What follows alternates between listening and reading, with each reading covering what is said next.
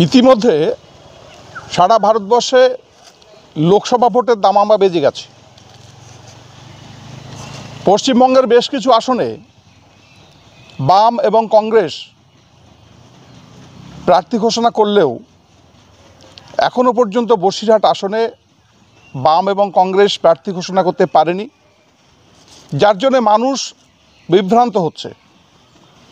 এই বিভ্রান্ত যে সমস্ত মানুষজন হচ্ছে তাদের উদ্দেশ্যে বার্তা দেওয়ার জন্যে আমরা বসিরহাট কংগ্রেসের পক্ষ থেকে আজকে এই বার্তা দিতে চাই।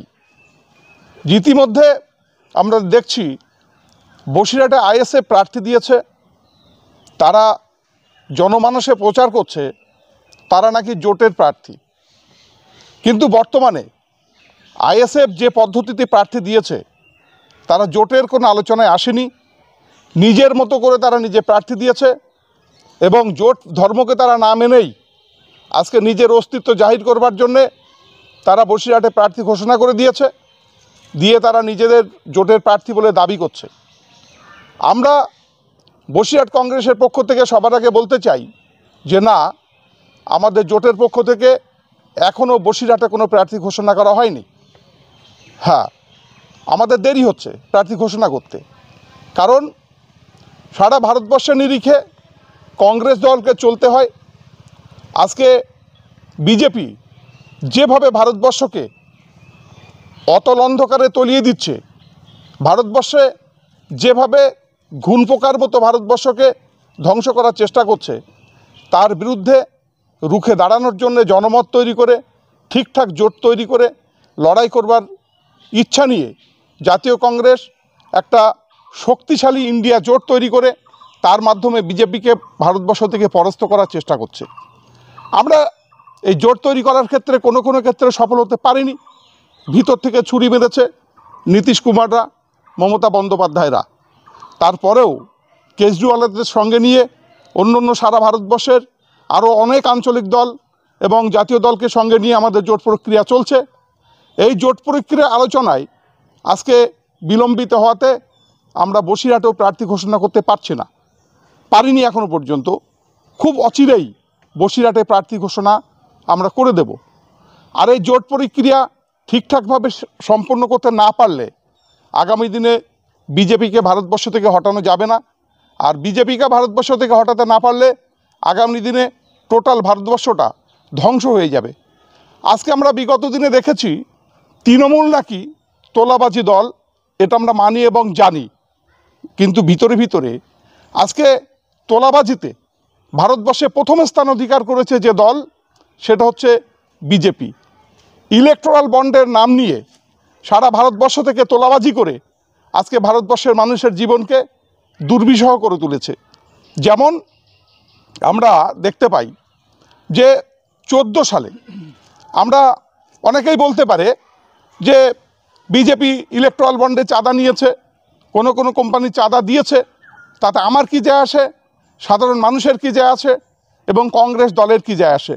হ্যাঁ, এই যে ইলেকট্রাল বন্ডের নাম করে তোলাবাজির নামে চাঁদা তুলেছে, তার ফলেই আমরা দেখেছি 14 সালে একটা সাধারণ মানুষ ওমেস ডি কিনতো, যে ওমেস ডিটা র্যাবিস ডি প্রোডাকশান করে। 14 সালে যখন বিজেপি ক্ষমতায় আসেনি, একটা সাধারণ মানুষ যে ওমেস ডি সারা ভারতবর্ষের 30 কোটি মানুষকে সকালবেলা একটা করে ওমেস ডি খেয়ে তারপর তার দিন চলা শুরু হয়, তার পথ চলা শুরু হয়। সেই 30 কোটি মানুষকে 14 সালে একটা ওমেস ডি কিনতে হতো মাত্র 5 টাকায়।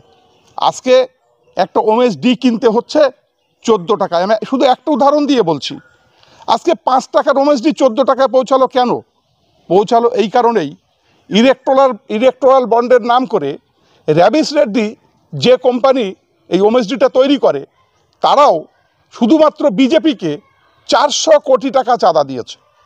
ঠিক সেইভাবে র্যাবিস রেড্ডি থেকে শুরু করে সিপলা কোম্পানি পর্যন্ত সমস্ত ওষুধ প্রস্তুতকারী সংস্থাগুলো হাজার হাজার কোটি টাকা চাঁদা বিজেপিকে দিয়েছে।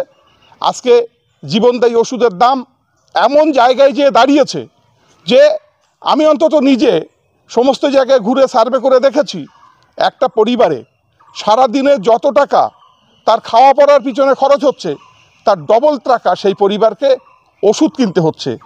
তার জন্য যদি কেউ দায়ী থাকে সেটা একমাত্র এই বিজেপি এবং তার ইলেকট্রাল বন্ড বিক্রি করবার ফলে এত বেশি বেশি পরিমাণে টাকা নিয়েছে ওষুধ কোম্পানিগুলোর কাছ থেকে যে তারা আজকে ওষুধের দাম দিনের পর দিন বাড়িয়ে দিচ্ছে। এই বিজেপি বা যারা টাকা নিয়েছে তৃণমূল, এর বিরুদ্ধে বলার মতো কোনো ক্ষমতা তাদের এখনো পর্যন্ত জন্মায়নি।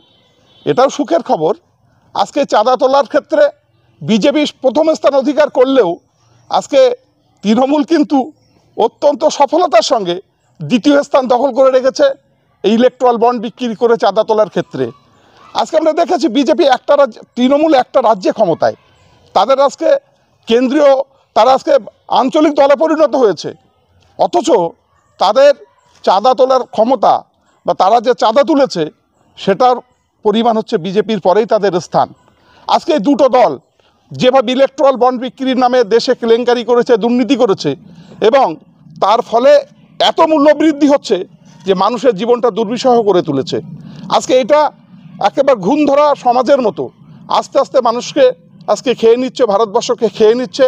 মানুষ ঘুমাচ্ছে আর ঘুমন্ত মানুষের উপর দিয়ে ইলেকট্রাল বন্ডের নাম করে চাঁদা তুলে দিনের পর দিন দ্রব্যমূল্যের দাম বাড়িয়ে যাচ্ছে এই সরকার। তাই এই সরকারকে অচিরেই পরাস্ত করতে যদি আমরা না পারি তাহলে আগামী দিনে ভারতবর্ষের জন্য আরও অন্ধকারময় একটা দিন আসছে। তার জন্যে কংগ্রেসকে খুব ধৈর্য ধরে জোট প্রক্রিয়াকে সম্পন্ন করতে হচ্ছে। আজকে জানলে অবাক হয়ে যাবেন, অরবিন্দ কেজরিওয়াল আজকে জেলে। অরবিন্দ কেজরিওয়াল জেলে আছে কেন না, অরবিন্দ ফার্মার যে ওষুধ কোম্পানি, সেই ওষুধ কোম্পানির মালিক কিষাম রেড্ডি, তাকে প্রথম এই আবগারি দুর্নীতিতে অ্যারেস্ট করা হয়।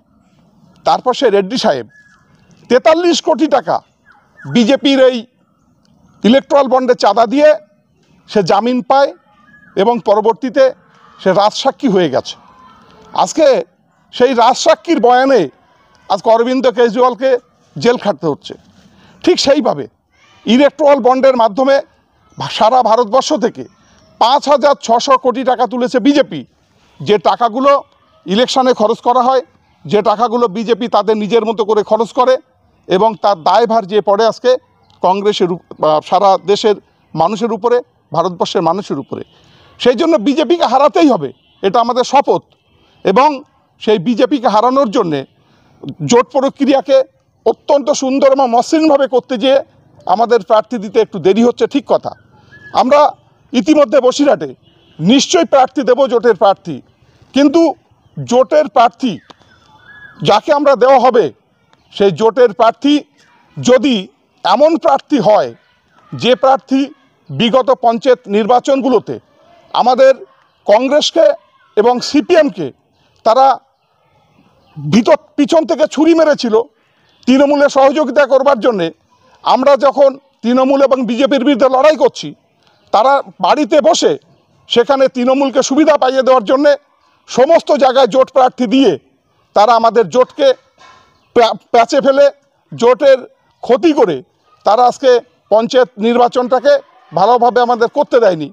তারা যদি এই নির্বাচনের সামনের সারিতে এসে তারা নেতৃত্ব দেয় এবং তাদের পিছনে যদি আমাদের লড়াই করতে হয়, তাহলে আমাদের নিশ্চয়ই আবার নতুন করে ভাবতে হবে, আমরা অন্তত মনে করি। তাই আমরা আমাদের দলীয় নেতৃত্বদের বিশেষভাবে আমরা এখান থেকে বার্তা দিতে চাই আমাদের দলের নেতৃত্বকে, এই যে এত সমস্যা তৈরি হচ্ছে, জোট প্রক্রিয়া দেরি হচ্ছে, মানুষ বিভ্রান্ত হচ্ছে, আমাদের জোটের নেতাদের আরও একটু বেশি দায়িত্বশীল হয়ে মানুষের কাছে এই বার্তাটা তুলে ধরার দরকার ছিল। জোট প্রক্রিয়া কোন দিকে যাচ্ছে, তারপরেও এই সমস্ত কথাগুলো মানুষকে বলার দরকার ছিল। কিন্তু আমাদের নেতৃত্বরা তাদের ঠিকঠাক দায়িত্ব পালন করছে বলে আমি অন্তত মনে করি না। তাদের আরও বেশি দায়িত্বশীল হওয়া দরকার ছিল। তারপরেও আমরা মনে করি আগামী দিনে আমাদের নেতৃত্ব আমাদের সঠিক দিশা দেখাবে, এবং যার পিছনে দাঁড়িয়ে লড়াই করলে আগামী দিনে তৃণমূল এবং বিজেপির বিরুদ্ধে সঠিক লড়াইতে আমরা নামতে পারবো।